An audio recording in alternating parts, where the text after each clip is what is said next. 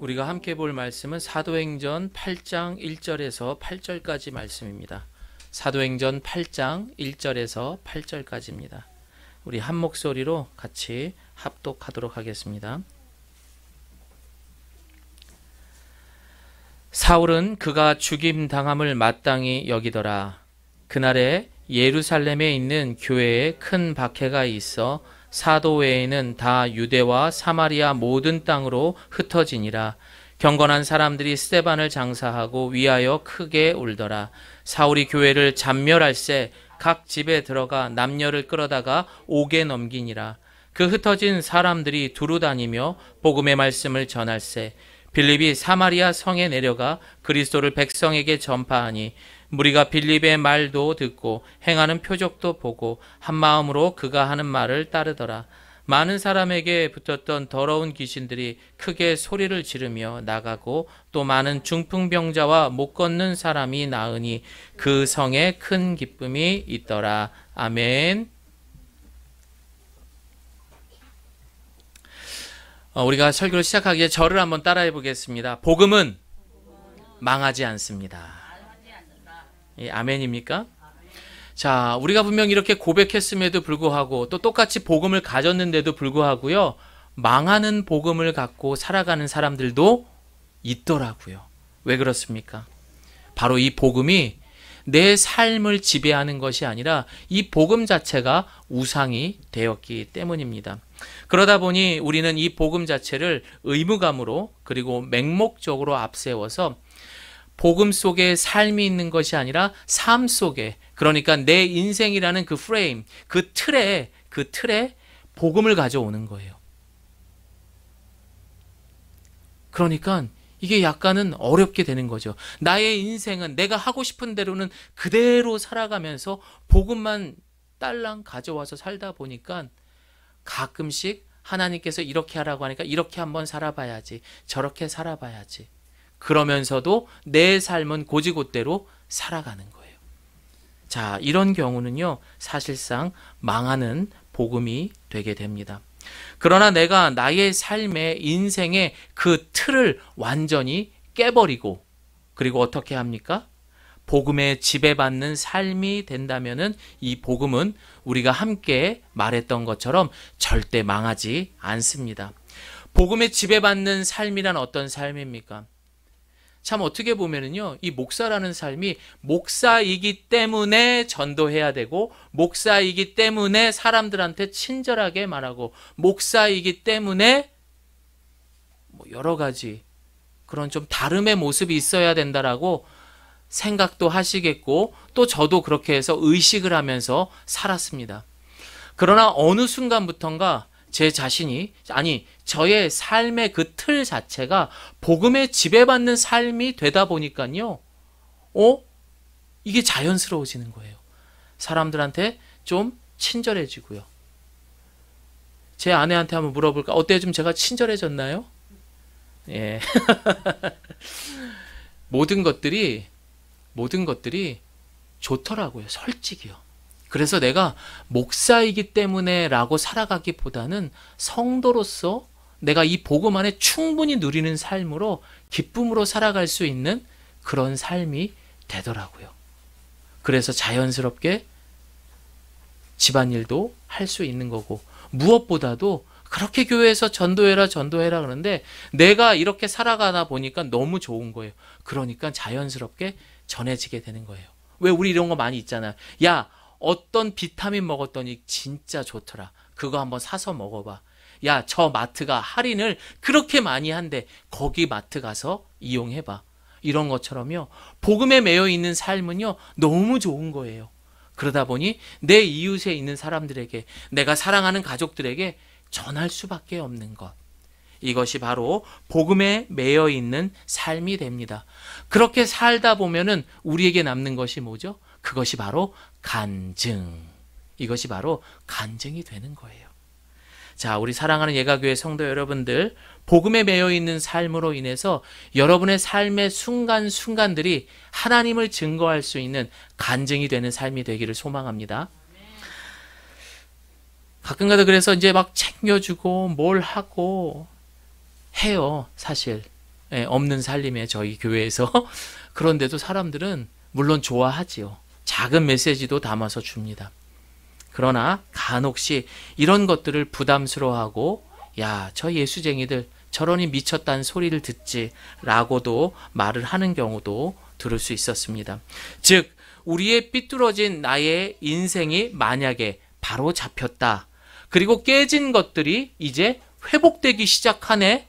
그리고 이 어려운 이 세상이 야, 살만한 세상이구나 라는 마음을 갖게 되고 또 언제부터인가 야, 나의 삶이 참 감사하다 라고 이렇게 우리가 깨닫게 된다면 이것이야말로 이제는 복음 속의 삶을 살아가는 사람들의 공통점이요 우리가 살아가야 할 목표인 줄을 믿습니다. 여러분 저를 다시 한번 따라해 보겠습니다. 복음은 망하지 않는다. 절대 망하지 않는 줄을 믿으시기 바랍니다. 사실 그래요. 욕심이 가득한 사람들이 늘 실수를 하지 한결같은 하나님이 실수하는 거 보셨습니까? 없어요, 여러분들. 결국에는 사람들이 실수해서 욕을 먹지 예수님이 욕 먹을 일이 있습니까? 없다니까요, 여러분. 근데 왜 요즘 기독교가 욕을 먹습니까? 누구 욕하지 마십시오. 내 자신을 돌아보시면 됩니다. 아셨죠? 여러분 그러면 됩니다. 여러분 이 말은요. 인간을 향한 하나님의 그 계획은 결단코 실패가 없다라는 것입니다. 그래서 복음 속의 삶을 살아가는 이들을 보면은 상식을 넘어서 어떤 고난과 환난이 우리에게 온다 할지라도 그 복음의 주관자가 되시는 그 하나님께서 우리가 그 어려운 상황을 뛰어넘을 수 있는 그러한 어마어마한 힘들을 복음의 힘을 우리에게 주시는 것입니다. 그래서 여러분 어떻습니까? 다윗의 그 유명한 시편 23편의 시를 보게 되면 어떻습니까? 여호와는 나의 목자시니 내게 부족함이 없고요. 그리고 그가 나를 푸른 초장으로 인도하신대요. 여러분 그 메시지는 다윗이 그냥 어느 날 갑자기 기분이 좋아가지고 야 여호와는 나의 목자야. 그래 참 좋은 곳에 나를 인도해 주죠. 이렇게 그냥 감정적으로 이야기한 것이 아니라 그 메시지 한 문장 하나하나 구절마다 자신의 눈물이 들어가 있고요. 자신의 배신당했던 삶도 들어가 있고요. 그곳에는요. 참으로 힘들었던 외로움도 들어있고 또 하나님으로 인하여서 기뻐했던 자신의 인생의 모든 하나님을 향한 신앙 고백이 그 속에 담겨져 있다라는 거예요. 그렇게 살다 보니 평생 내가 하나님과 함께 살았더니 이렇게 망하지 않는 인생이 되었더라. 그런 내용들이 바로 이 시편 23편 속에 담겨져 있는 것입니다. 그뿐만 아닙니다. 우리가 계속해서 묵상하고 있는 사도행전의 성도들을 보기만 해도 우리는 알 수 있어요. 그들의 인생이 비록 고난과 핍박의 연속이라 할지라도 어떻습니까? 하나님이 그들을 무너뜨리지 않습니다. 끝까지 인도해 주십니다. 또한 그들을 굴하지 않고 담대하게 원수들과 앞서서 복음을 전하는 모습들을 우리는 볼 수가 있습니다. 자, 그렇다면은 우리가 지난주에 묵상했던 스데반의 죽음이 헛된 죽음일까요? 여러분 그렇지 않습니다. 복음 앞에 비춰본다면 절대 망한 죽음이 아니라 그는 하나님 앞에 가장 영광된 죽음이라는 것을 우리는 알 수 있습니다. 사랑하는 성도 여러분, 그래서 우리의 삶 가운데 너무 버겁고 또 나의 연약함이 직면할 때가 어떤 시기인 줄 아십니까? 내가 과연 내 삶 속에 복음을 끌어와 그 복음을 마치 우상시하며 살아가는 삶인가? 아니면 내가 복음에 매여서 복음을 쫓아가며 살아가는 삶인가? 이것을 확인할 수 있는 시기이며 또한 하나님과 가까워질 수 있는 기회라는 것을 여러분 놓치지 말아야 됩니다. 그래서 이 다윗이 고백했던 것처럼 내가 사망의 음침한 골짜기를 지나갈 때에도 해를 두려워하지 않는 것, 그리고 여호와의 집에 영원히 쉴 수 있는 것, 이것은 바로 하나님께서 예수 그리스도를 통하여서 우리를 향한 그 놀라운 사랑이 그 복음 속에 담겨져 있다라는 것을 우리에게 미리 말해주고 있는 것입니다. 그래서 요한일서 4장 18절은 우리에게 말합니다. 우리 함께 읽어볼까요? 시작. 사랑에는 두려움이 없습니다. 온전한 사랑은 두려움을 내쫓습니다. 두려움은 징벌과 관련이 있기 때문입니다. 두려워하는 사람은 아직 사랑 안에서 온전케 되지 못한 사람입니다. 우리는 간혹 착각을 합니다. 특별히 망하는 복음을 갖고 있는 사람들은 내가 그 복음을 선택한 줄 알아요. 그래 알았어. 교회 한번 가볼게. 그러다가 예수님을 만납니다. 그래서 내가 뭔가 좀 대단하든지 해서 헌금도 하고 전도도 하는 줄 알아요. 여러분, 그거는 내가 선택해서 하는 게 아니에요. 그래서 방금 우리가 읽었던 이 18절 말씀 이후에 요한일서 4장 19절은 뭐라고 말한 줄 아십니까? 그가 먼저 우리를 사랑하셨다. 할렐루야. 여러분, 복음은요, 그분께서 우리를 먼저 사랑해 주신 선물이고 세상과 비교할 수 없는 가장 큰 사랑인 줄을 믿습니다. 지난 한 주를 돌아보면 이런 모든 이야기를 알면서도 우리는 자기 중심적으로 원죄에 벗어나지 못하면서 내가 할 수 있겠다. 아유, 그래. 뭐 내가 이런 거 하루 이틀 겪고 잘 되겠지라고 하면서 아니란 생각에 오지랖이죠, 그것도. 그런 합리화시켜가면서 살아가면서. 여러분, 사실상 그래요. 이 세상은 누가 지배하고 있다고요? 마귀가 지배하고 있어요. 물론 마귀는 하나님보다 비교가 안 되죠. 하지만 인간보다는 월등합니다. 그런데 아무런 보호막도 없이 괜찮아. 나는 이 세상 이길 수 있어. 내 의지, 내 혈기, 내 젊음. 이거 가지고 한번 붙어보겠다고. 마치 마귀하고 내가 맞짱을 뜨겠다고 하는 거하고 똑같은 거예요. 죄송하지만 복음이 없는 그 맞짱은요, 백전백패입니다. 질 수밖에 없어요. 그런데 그 백전백패가 어떻게 패배가 되느냐? 여러분, 이거는 신앙생활 안 하는 사람에게 해당되는 말이 아니에요. 우리같이 복음을 알고 있는 사람들에게 해당되는 이야기예요. 덤빕니다. 해봅니다. 젊음으로 해봅니다. 혈기로 해봅니다. 나의 긍정적인 그런 마음, 성품으로 한번 덤벼봅니다. 그러나 조금씩 스트레스 받아갑니다. 조금씩 스트레스 받아갑니다. 그리고 마귀가 와서 속삭입니다. 야, 너 그래도 강한 사람이잖아. 네가 어떤 사람이야? 그 어려운 시기에도 그렇게 열심히 일하면서 여기까지 왔잖아. 내가 누군데? 해봐. 그리고 너 믿는 하나님 있잖아. 간간히 새벽 기도도 하면서 한번 해봐. 속삭이는 거예요, 계속. 그래서 우리는 어떻게 합니까? 평상시에 하지도 않던 새벽 기도에도 한번 나가봅니다. 평상시에 하지도 않던 감사 헌금도 드려봅니다. 평상시에 하지도 않던 기도도 막 열심히 해봅니다. 그러다 또 괜찮아질만 하면은 뚝 끊어버리는 거죠. 여러분, 속지 말아야 됩니다.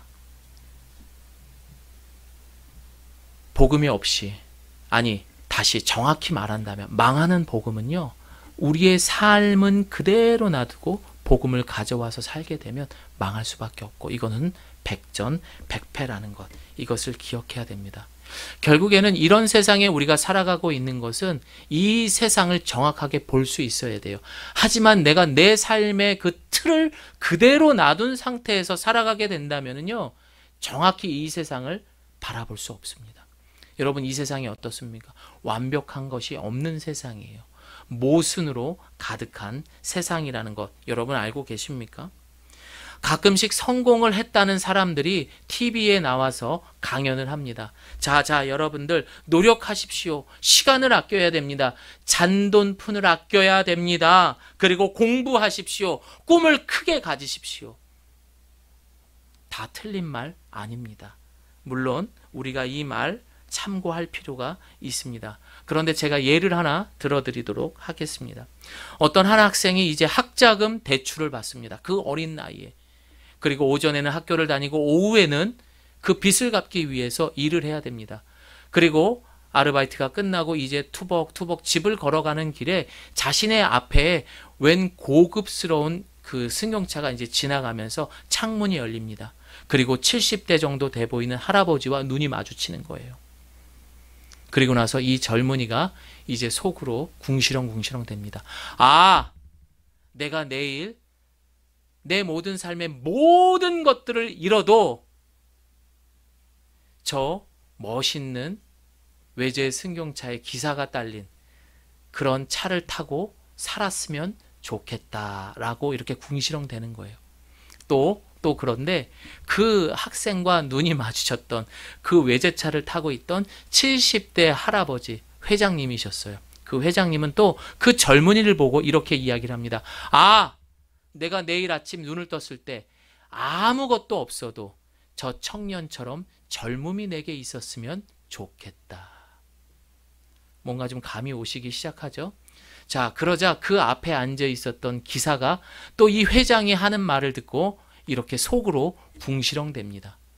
이 바깥으로 내뱉으면 회장님한테 혼나니까, 아이고, 당신이야 성공했으니까 모든 걸 가졌으니까 저때로 돌아가고 싶다라고 말하겠지만, 나는 저 젊은 시절, 그렇게 고생하던 젊은 시절로 돌아가려면 나는 안 돌아가고 싶다라고 그렇게 기사가 또 말했다라고 말합니다.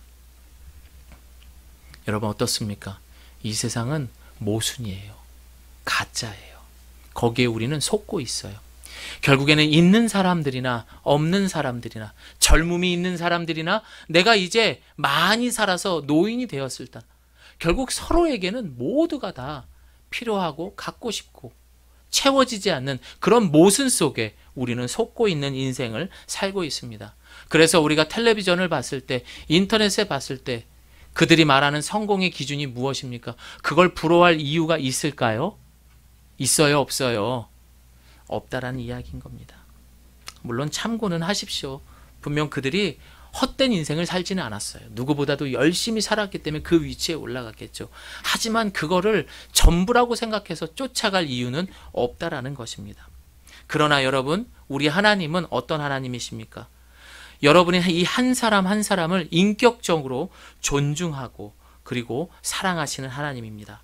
그래서 단 한 명도 똑같이 이 땅에 우리를 만드셨을 때 한 사람도 똑같이 만든 사람이 없다라는 거예요. 심지어 쌍둥이도 다르더라고요. 그래서 이 자리에 앉아 계신 저와 여러분을 향한 놀라운 계획을 갖고 계세요. 그리고 얘야, 너는 이렇게 한번 살아보렴. 얘야, 너는 이렇게 살아보렴. 그런데 우리의 눈과 귀는 어디에 가 있어요? 오로지 성공, 모순된 이 세상 속에 그 기준을 맞춰서 살다 보니까 우리는 하나님께서 계획하신 삶과 삐뚤어진 삶을 살아가고 있는 것입니다. 다시 말해서 우리 그리스도인들은 이 세상의 실패와 성공의 기준이 아니라는 거예요.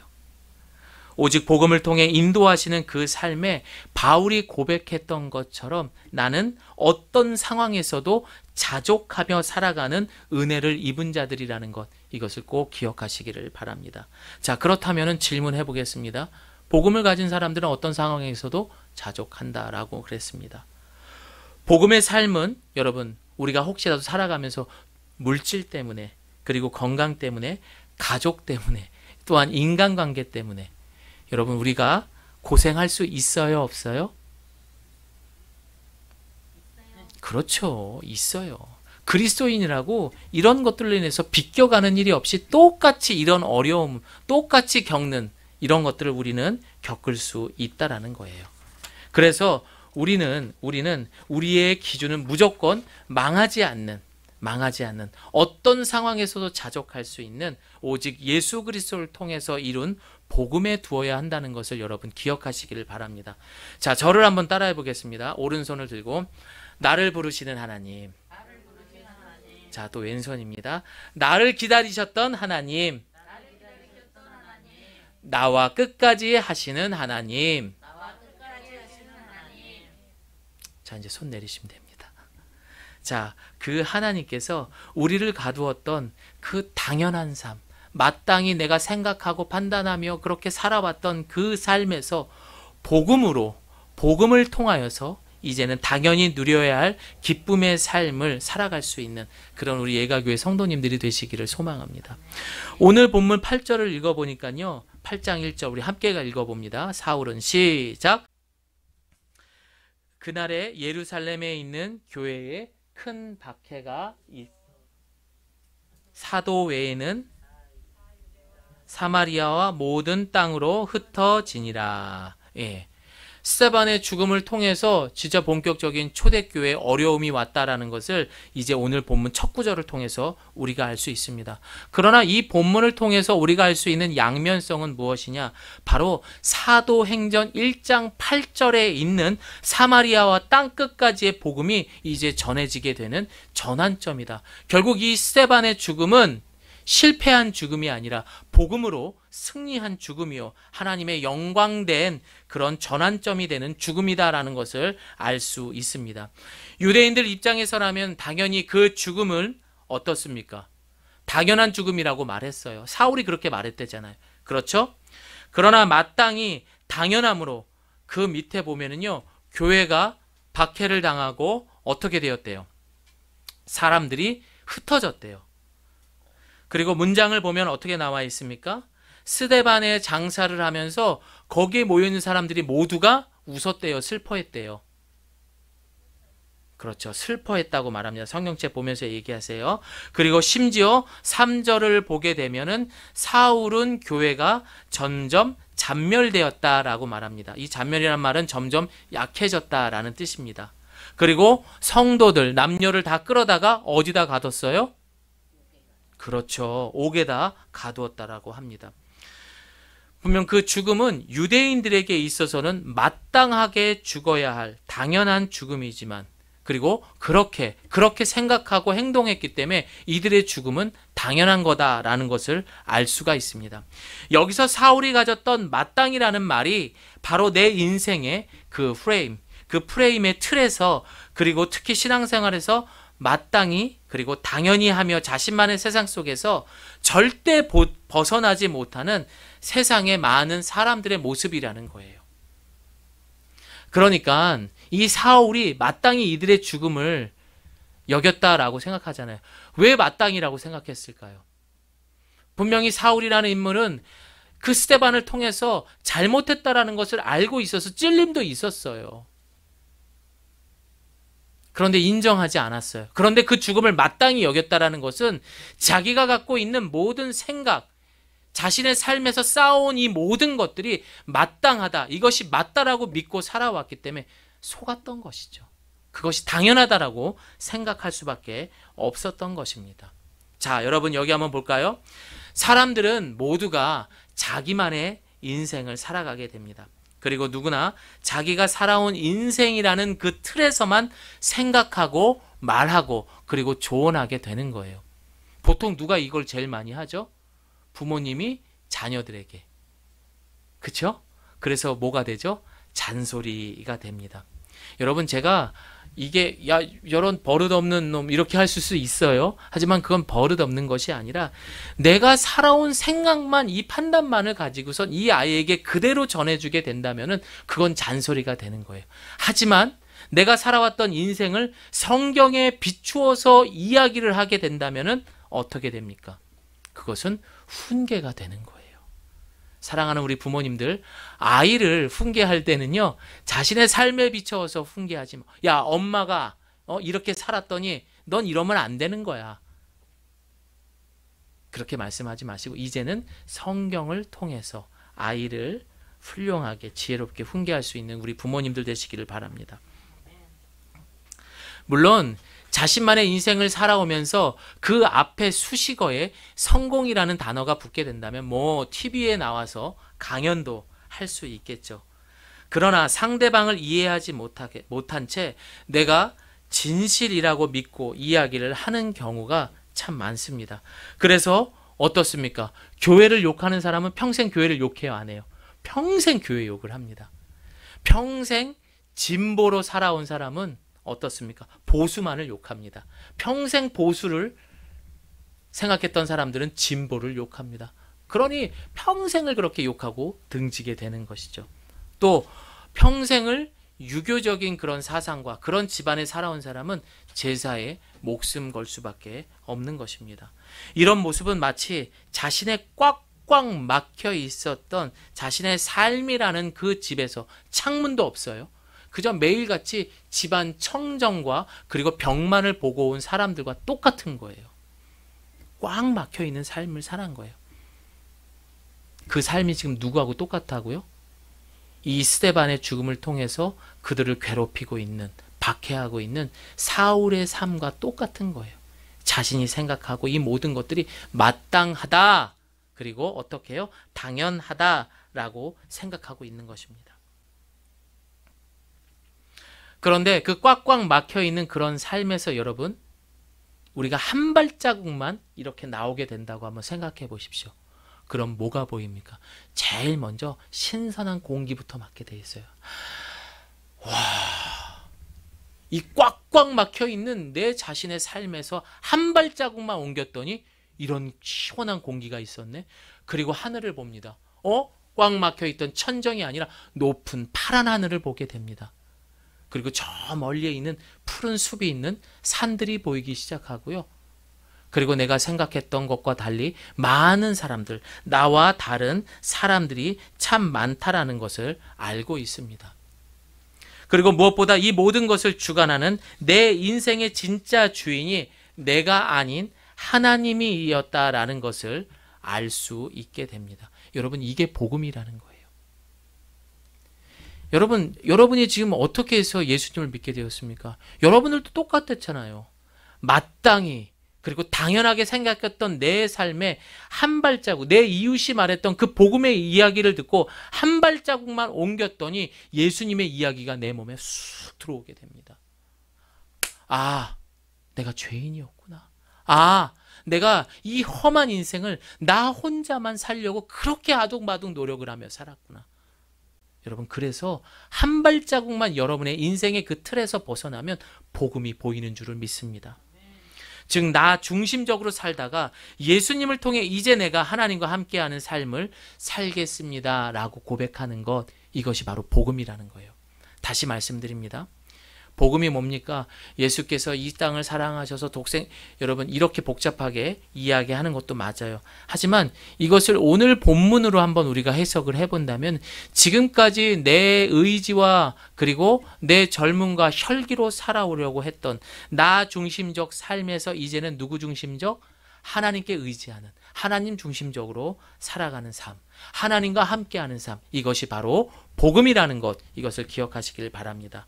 그 복음은 우리의 인생의 모든 틀을 깨버리고 나의 생각이 아닌 창조주 하나님의 이야기가 우리를 기다리고 있는 것입니다.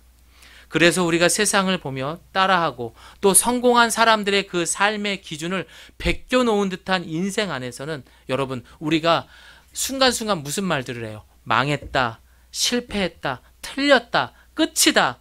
하지만 하나님의 주권 속에서는 어떻게 됩니까? 다시 시작할 수 있는 거예요. 그 복음 안에서는 우리가 할 수 있다라는 자신감이 다시 생길 수 있다라는 것, 이것을 기억하시기를 바랍니다. 사랑하는 성도 여러분, 오늘 이 시간 이후에 깜깜하고 자기 생각으로 뒤엉켜 있었던, 마땅했던, 그리고 당연했던 자기의 삶의 틀에서 나올 수 있는 우리 예가교회 성도님들이 되시기를 바랍니다. 이제 초대교회의 이 위기 속에서 스데반에 뒤에 이어서 사도행전 8장 5절, 오늘 본문을 보니까 뭐라고 나와 있습니까? 우리 함께 읽어봅니다. 시작. 사마리아 성에 내려가 이 5절의 빌립 집사는요, 초대교회의 7 집사 중에 한 명이었습니다. 그리고 이 스데반의 죽음을 이후에 이 빌립 집사도 어떻게 됩니까? 사마리아라는 곳으로 이제 흩어지게 되었다라고 말하고 있습니다. 여러분, 사마리아가 어떤 곳입니까? 이스라엘이 이제 바벨론에 멸망을 했을 때 이 바벨론의 식민지가 됩니다. 그리고 그곳에 이제 어떤 사람들이 남아있어요? 유대인만 남아있습니까? 아니면 외국 사람들도 있는 거예요? 외국 사람들도 있는 거예요. 그러다 보니까 그곳에 남아있던 유대인들은 그 있는 외국인들과 함께 이제 결혼도 하게 되고 가정도 만들게 돼 보니까 그곳에 이제 어떻게 됩니까? 혼혈이 된 유대인들이 태어나게 되죠. 하지만 순수한 유대인들에게 있어서 그들을 바라보는 시선은 어땠죠? 동족을 배신하고 율법을 버린 더러운 자들로 취급을 해버렸던 거예요. 그래서 사마리아가 있는 길이 있다면 이들은 돌아서 가기도 했대요. 그 정도로 이곳이 부정한 곳이라고 생각했던 곳이 바로 사마리아 지역이었습니다. 그런데 여기서 중요한 것이 있습니다. 이 사마리아 지역도 우리 하나님 앞에서는 어떤 사람들이죠? 천하보다 귀한 하나님의 백성들이 있는 곳이었어요. 그래서 하나님께서는 이 빌립을 이곳으로 보내게 됩니다. 그리고 그곳에서 이제 이 복음의 구원의 은혜의 소식을 누리게 되는 것입니다. 여러분, 결국 어떻습니까? 이 본문을 통해서 알 수 있는 것은 버림받은 사람일지라도, 더 이상 구제받을 수 없는 사람이라고 해도, 무시당하는 사람이라고 해도, 여러분, 복음 앞에서는 누구나 마땅히, 누구나 당연하게 그 하나님의 사랑, 그 복음을 누릴 수 있다라는 것을 우리는 기억해야 돼요. 그래서 우리는 누구든 만나면은 그 복음을 전해야 하는 것입니다.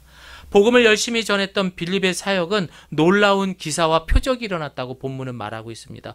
어떤 기적이 일어났습니까? 8장 6절에서 7절 우리 함께 읽어봅니다. 시작! 사마리아 사람들은 빌립이 하는 말을 듣고 그가 행하는 기적을 보자 한 마음으로 빌립의 말을 귀담아 들었습니다. 이는 그가 악한 귀신에 사로잡힌 사람들에게서 그 귀신들을 쫓아냈기 때문입니다. 귀신들은 큰 소리를 지르며 몸에서 빠져나갔습니다.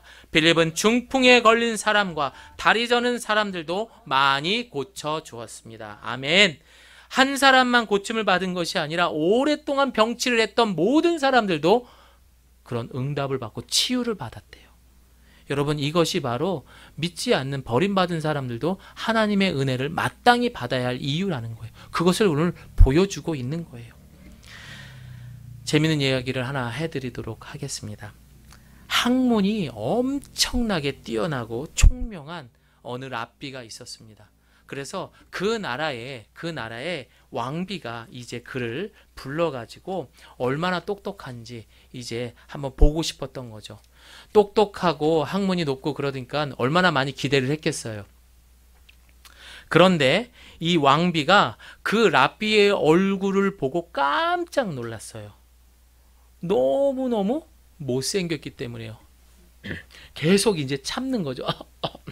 하다가 아니, 뛰어난 총명이 그토록 못생긴 그릇 속에 들어있을 수도 있군요 하면서 웃은 거예요. 아유, 그래서 창피를 당한 랍비는 묵묵히 서 있다가 입을 열었습니다. 왕비님, 저기 보이는 저 못생긴 항아리 안에는 뭐가 있습니까? 그렇게 말하자, 아, 그곳은요 우리 왕국에서 가장 최고급의 포도주가 들어있습니다. 어허, 그래요? 그러면서 랍비는 혀를 차면서 이야기를 합니다. 아니, 왕비님 같이 훌륭한 분께서 금그릇이나 은그릇에 그 포도주를 보관하셔야지 왜 이런 곳에 담아뒀을까? 약간 물음표를 띄우면서 이야기를 했습니다. 듣고 보니까 왕비가 듣고 보니까 그럴듯한 거예요. 여봐라, 당장에 저 포도주를 화려한 금그릇과 은그릇에 담아두어라, 이렇게 명령을 했습니다. 여러분, 그렇게 되면 먹을 수 있을까요? 못 먹을까요? 못 먹게 되죠. 얼마 지나지 않아서 왕비는 발칵 왕궁을 뒤집어 놓습니다. 최고급의 포도주가 모두 못 먹게 된 거예요. 그래서 화가 너무 나서요, 그리고 랍비를 다시 부릅니다. 당신 같은 총명한 사람이 금그릇에 술을 담아두지 않는다는 것 좀 잘 알고 있을 텐데 어떻게 그런 말을 할 수 있느냐라고 막 따지기 시작을 했습니다. 그러자 랍비가 이렇게 말을 합니다. 저는 다만 아무리 귀중한 것이라 할지라도 보잘것없는 항아리에 넣어두는 쪽이 훨씬 더 낫다라는 것을 좀 말해주고 싶었을 뿐이고, 학식이나 총명도 저처럼 추한 얼굴을 하고 있는 자들에게 들어있어서 더욱 빛날 수가 있습니다 라고 말하는 거예요. 여러분, 이 이야기가 우리에게 주는 교훈이 무엇입니까? 비록 내 삶이 남들과 비교했을 때, 세상의 기준으로 비교했을 때 좀 못하다 할지라도 복음을 가지고 그 안에서 하나님의 가장 아름다운 소식을 열심히 충실히 지켜가며 살아가는 그런 여러분의 모습이 마치 그 항아리 속에 담겨있는 최고급 포도주를 담고 있는 항아리와 똑같다라는 그런 말인 것입니다. 마귀가 지배하는 이 세상 속에서 빼앗긴 우리의 진짜의 그런 모습, 그 가치, 우리는 그것을 잃어가고 있습니다. 그것을 우리는 깨닫지 못하고 있습니다. 여러분, 이 자리에 앉아있는 저와 여러분들이 하나님 앞에서 얼마나 보배롭고 얼마나 존귀한 존재인지를, 또한 대접받기 위해 이 땅에 태어났다라는 것을 여러분 알고 계십니까? 그런데 우리는 이 현실이라는 잘못되고 모순된 이 세상 속을 쫓아가 보니까, 그 내 인생이 만들어 오는 틀 안에만 있다 보니까 내가 값없어 보이고 내가 별 볼 일 없는 사람이라고 마땅히 생각했던 거예요. 어떻게 이제는 마땅이라는 말, 당연하다는 말이 이해가 되십니까? 여러분, 그 마땅히, 그리고 여러분들, 당연한 그 삶이 전부가 아니라는 거예요. 거기서 한 발자국만 나와 보십시오. 그리고 그 복음이 기다렸을 때 그 복음 앞에 내가 얼마나 대단한 사람인지 그것을 알게 되실 겁니다. 오늘 빌립이 전한 사마리아는 말 그대로 버려지고 무시당하는 사람들이었습니다. 그러나 이들은 복음을 통해서 생전 경험하지 못한 것들을, 그 하나님의 놀라운 그런 기적과 경험들을 하게 됩니다. 여러분, 다시 한번 저를 따라해 보겠습니다. 나의 삶의 틀에서 벗어나자. 마땅히 여기는 삶에서 벗어나자. 당연한 생각에서 벗어나자. 자, 여러분, 이렇게 해서 벗어나게 된다면요, 하나님이 주시는 그 기쁨 속에 우리는 살아갈 수가 있습니다. 요즘 신혜라 씨가 진행하는 신박한 정리라는 프로그램을 알고 계십니까? 신박한 정리는 나만의 공간인 집에서 물건을 정리하고 공간에 대한 행복을 더하는 노하우를 전하는 그런 프로그램이에요. 그런데 이 프로그램들에 이제 의뢰를 하는 많은 의뢰인들의 공통점이 무엇입니까? 나만의 공간이 없다라는 말이었습니다. 그러나 그 뒤에, 나만의 공간이 없다라는 그 뒤에는요, 이 물질 만능주의가 주는 중요한 내용이 담겨져 있다라는 거예요. 물질 만능주의가, 자본주의가 우리가 줬던 것이 무엇입니까? 소유할수록 행복 지수가 높아지게 된다라는 것입니다. 처음 이사를 갔을 때는 어떻습니까? 나름대로의 그런 공간들이 있었어요. 그런데 소유할수록 행복 지수가 높아지다 보니까 우리는 물건을 사게 됩니다. 그럼 어떻게 되죠? 채웁니다. 그리고 또 비우게 됩니다. 채우고 비우고, 채우고 비우고. 이런 것들이 반복하며 살아가는 삶. 이것이 바로 우리의 모순된 삶이며 우리의 모습이라는 것을 알 수가 있습니다.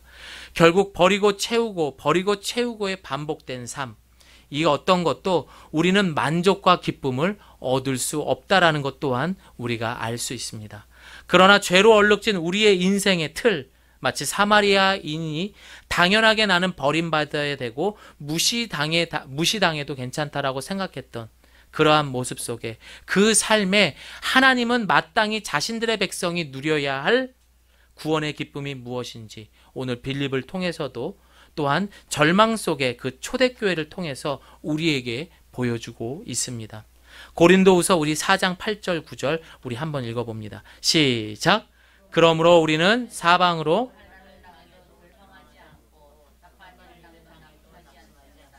핍박을 당해도, 그래서 복음은 망하지 않는다? 망하지 않는 거예요. 여러분, 그 인생의 틀, 내가 만들어 놓은 틀, 그거 버리시기 바랍니다. 한 발자국씩만 옮기면 돼요. 그러면 그 한 발자국만 옮겼을 때 고린도후서 4장 8절 9절의 말씀처럼 사방으로 환난을 당해도 절망하지 않고, 답답한 일을 해도 낙심하지 않고, 핍박을 당해도 버림받지 않고 넘어뜨리지 않게 되는 것입니다. 그리고 그 뒤에 뭐라고 하십니까? 망하지 않습니다.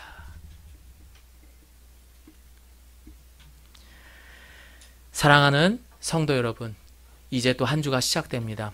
이번 한 주 동안 우리가 해야 될 일이 뭐죠? 내가 과연 나의 인생을 내 멋대로 어떤 틀을 만들었나, 그걸 한번 생각해 보시기를 바랍니다. 오늘 집에 가는 동안. 그리고 하루하루 매일매일 그것들을 또한 내가 우리 애들에게 어떻게 가르쳤나, 전했나. 그리고 내가 복음을 전한다고 옆 사람들 앞에 교회 다닌다고 말했었잖아요. 그것이 과연 하나님의 이야기를 한 것인지, 아니면 나의 이야기를 한 것인지 그것을 또한 생각해 보시기를 바랍니다.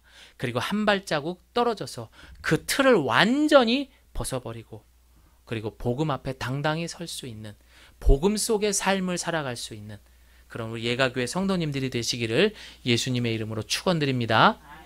우리 이 시간 함께 기도하겠습니다.